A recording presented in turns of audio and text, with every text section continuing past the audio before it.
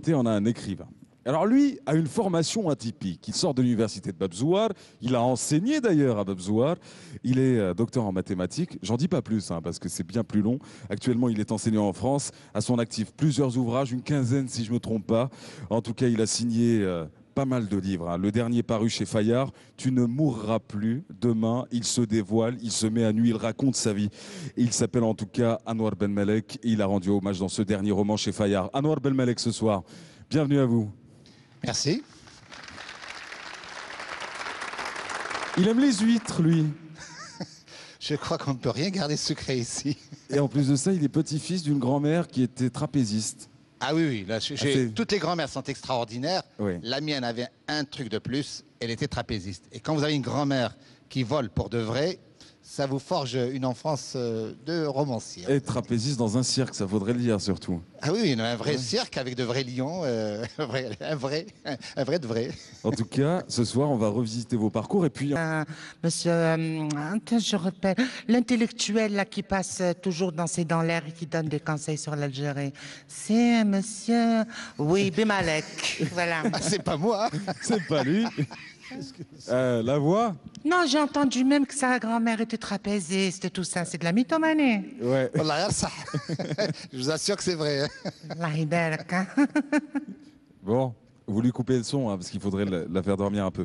L'auteur des Amants désunis, de l'enfant du peuple ancien, de O Maria. Et là, c'est un livre, j'ai envie de vous dire, c'est le livre que vous regrettez le plus suite à la polémique qui a suivi.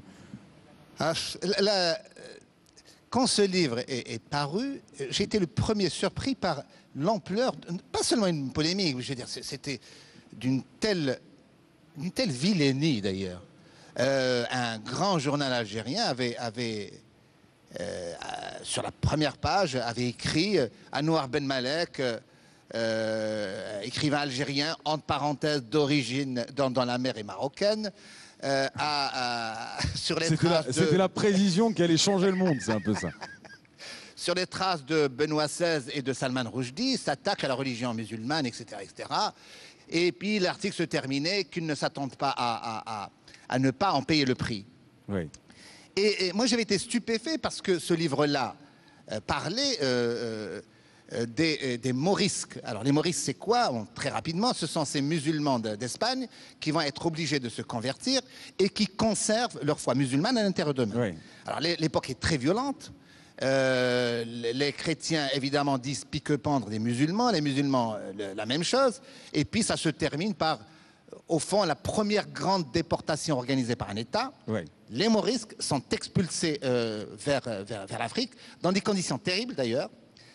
Beaucoup seront purement et simplement jetés par-dessus bord, à tel point que les pêcheurs de Marseille, pendant très longtemps, ne mangeront plus de sardines, qu'ils appelleront des grenadines, parce qu'ils les supposaient, en fait, ayant mangé de la viande de gens de Grenade. Voilà. Ouais. Alors, moi, ma surprise, ça a été de découvrir que ce que les chrétiens disaient des musulmans à cette époque-là était considéré comme étant l'avis de l'auteur.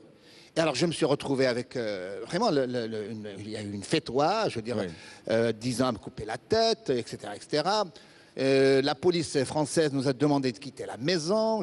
Ça a eu un retentissement extraordinaire. J'ai eu des articles venimeux dans la presse du monde arabe tout entier, à Bagdad. Moi, je suis jamais allé à Bagdad, etc., etc. Ouais.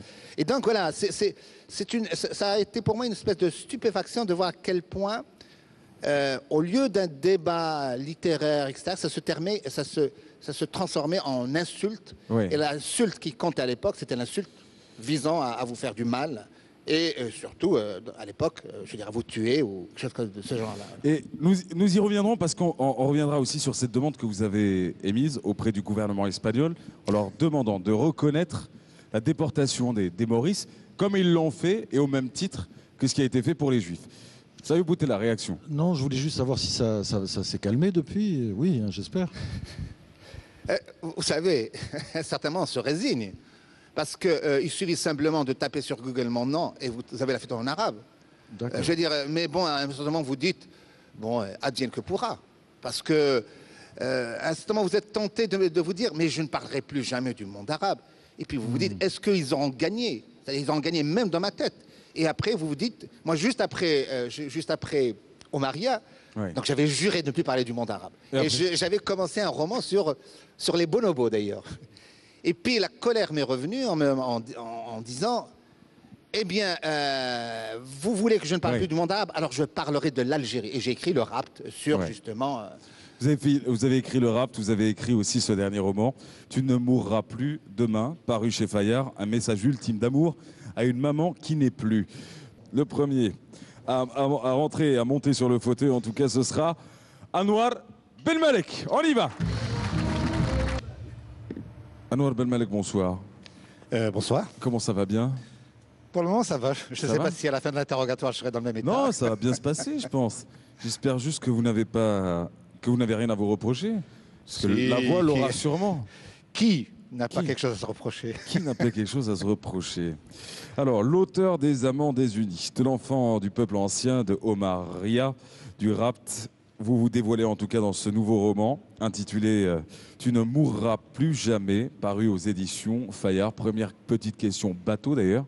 Est-il sorti en Algérie ou pas encore? Si, Casbah ça fait 4 livres Oui. où je m'impose la parution à la fois en France et en Algérie. Donc celui-là est sorti donc, en France et Oui. en Algérie chez Casbah Édition.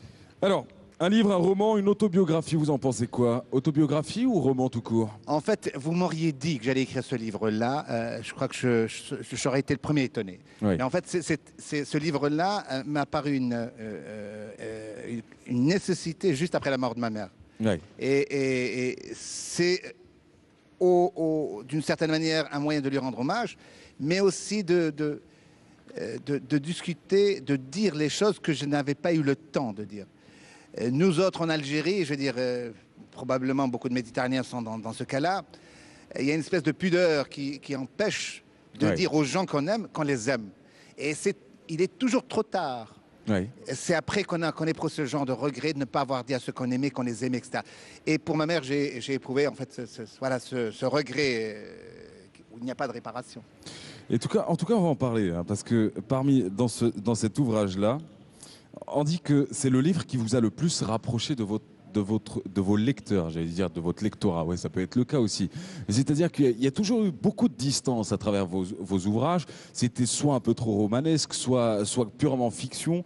Mais dans ce livre-là, vous vous dévoilez, vous vous mettez à nu et vous racontez en fin de compte votre vie, ou une partie de votre vie. Vous en pensez quoi, vous? En fait, je voulais parler de la vie de ma mère, Oui. de la vie de sa mère, de la vie de nos mères en général, qui est une vie difficile hein, dans nos pays. Je veux dire, on demande tout à la mère et on ne s'intéresse jamais au fait que nos mères sont d'abord des individus. On est habitué à l'esprit de sacrifice, on est habitué à ne pas être très poli avec cet horrible mot qu'on utilise en Algérie, la jouza, la Oui. vieille. pour يعطيك parler de- الصحة هاوليك اللي ديفوندي علينا مجاهدة ولات 14 دراري وبنات كافح طيب تعجن سكنتي توقعت وحدي دركا Vraiment monsieur je suis pas culturé mais ce que vous dites c'est vraiment formidable. Et tu peux nous faire un you-you, Hadja? ما نقدرش je suis émuse. D'accord. Allez-y, continuez. Allez-y, Moi, continuez. je suis ému après ça. Voilà, c'est donc aussi un espèce de cri de colère parce que Ouais. quand vous voyez, quand on revoit la vie, par exemple, de ma mère, de ma grand-mère, etc., même si il y avait des aspects un peu exceptionnels, je veux dire. Donc, c'est aussi le récit de ce qu'a pu être l'Algérie du temps de la colonisation. Il y a souvent des tentatives de réécriture de l'histoire et ne jamais oublier que la colonisation était insupportable parce que nos pères ont été humiliés. Oui. Voilà, ça c'est. Et donc voilà, ce livre-là, c'est le mélange de ce que j'aurais voulu dire à ma mère, le mélange de ses regrets, voilà. Mais la vie court tellement vite, en fait. En tout cas, parce que c'est vrai que vous parlez autant de votre mère que vous parlez de l'Algérie, mais ça, on y arrive parce que vous y allez un peu fort quand même en parlant de l'Algérie. Vous dites des choses dans vos déclarations quelque peu particulières, mais juste avant. Alors, vous dites « Ma généalogie est un roman, mais aujourd'hui, maman est morte.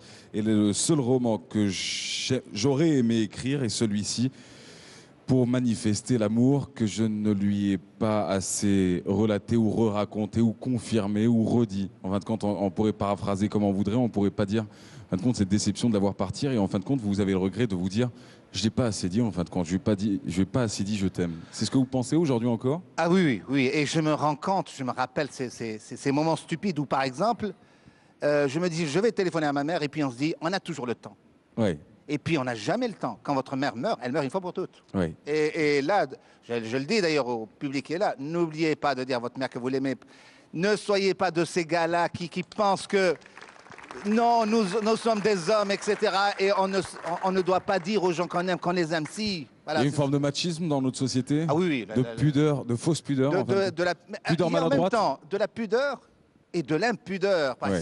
Par exemple, quand on se promène dans les rues d'Alger, moi, je suis toujours stupéfait par la violence verbale des échanges des jeunes messieurs envers les jeunes dames. C'est souvent très violent, alors que ces jeunes gens aiment leur maman, évidemment, etc. etc. Donc, voilà, l'Algérie, c'est ça. Alors, ça tombe bien, je vais aller dans votre sens. Un roman qui parle de maman, c'est clair, mais pas que.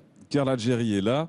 Et là, vous dites, je voulais parler de cette Algérie qui est et qui aime en même temps ses enfants, bien sûr. On parle bien sûr des enfants de l'Algérie. Et, vous dites qui est une Algérie qui est égoïste et généreuse par la même occasion, mais qui est nôtre avant tout en souhaitant un avenir meilleur pour tous. C'est-à-dire, vous le pensez vraiment, elle nous aime et elle nous déteste, et en même temps elle est généreuse, mais en même temps elle ne nous donne rien. C'est quoi ce paradoxe en fin de compte? C'est un terrible paradoxe. L'histoire de l'Algérie est une histoire très lourde. Je veux dire, on a eu la colonisation, on a eu la guerre d'Algérie, et puis on a eu le malheur des années 80. Le fauteuil, alors, vous venez du monde des nombres, j'ai envie de dire, et vous avez épousé celui des chiffres. Les deux sont sans doute compatibles, puisque vous êtes un écrivain de formation matheuse. Voilà. Je me trompe pas là-dessus. Vous pensez que c'est compatible, faire de la littérature et être de formation plus ou moins technico-mathématico-physique ou autre? En réalité, je raconte souvent que je suis venu à la littérature par pur opportunisme. Ah oui, carrément. Ah, vraiment, carrément. Ouais. Je veux dire, j'avais dans les 21 ans et je suis tombé amoureux d'une fille. Comment voulez-vous qu'un mathématicien séduise une jeune fille? Déjà qu'on a une mauvaise réputation. Je veux dire, Par racine de 24-23/22, c'est un peu ça? Non? À mon avis, pas tellement.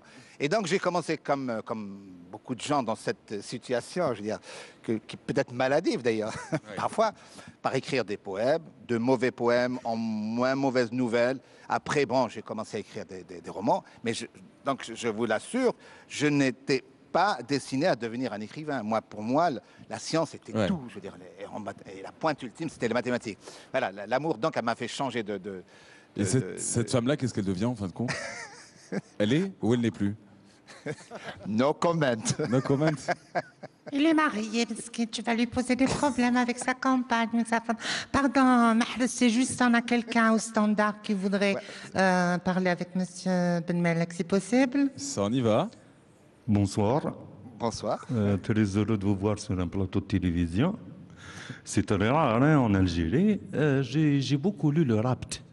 Et j'avais l'impression justement que vous faisiez une espèce de condensation entre l'origine patriarcale et traditionnaliste, à bon sens ou à mauvais sens, on ne le sait pas, de l'Algérie, avec cette impossibilité d'exister, de la nation d'exister.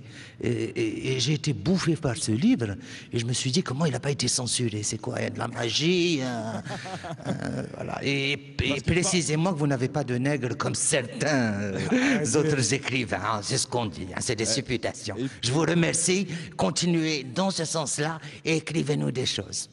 Est-ce que vous Merci. parlez de l'affaire Melouza dans le rap?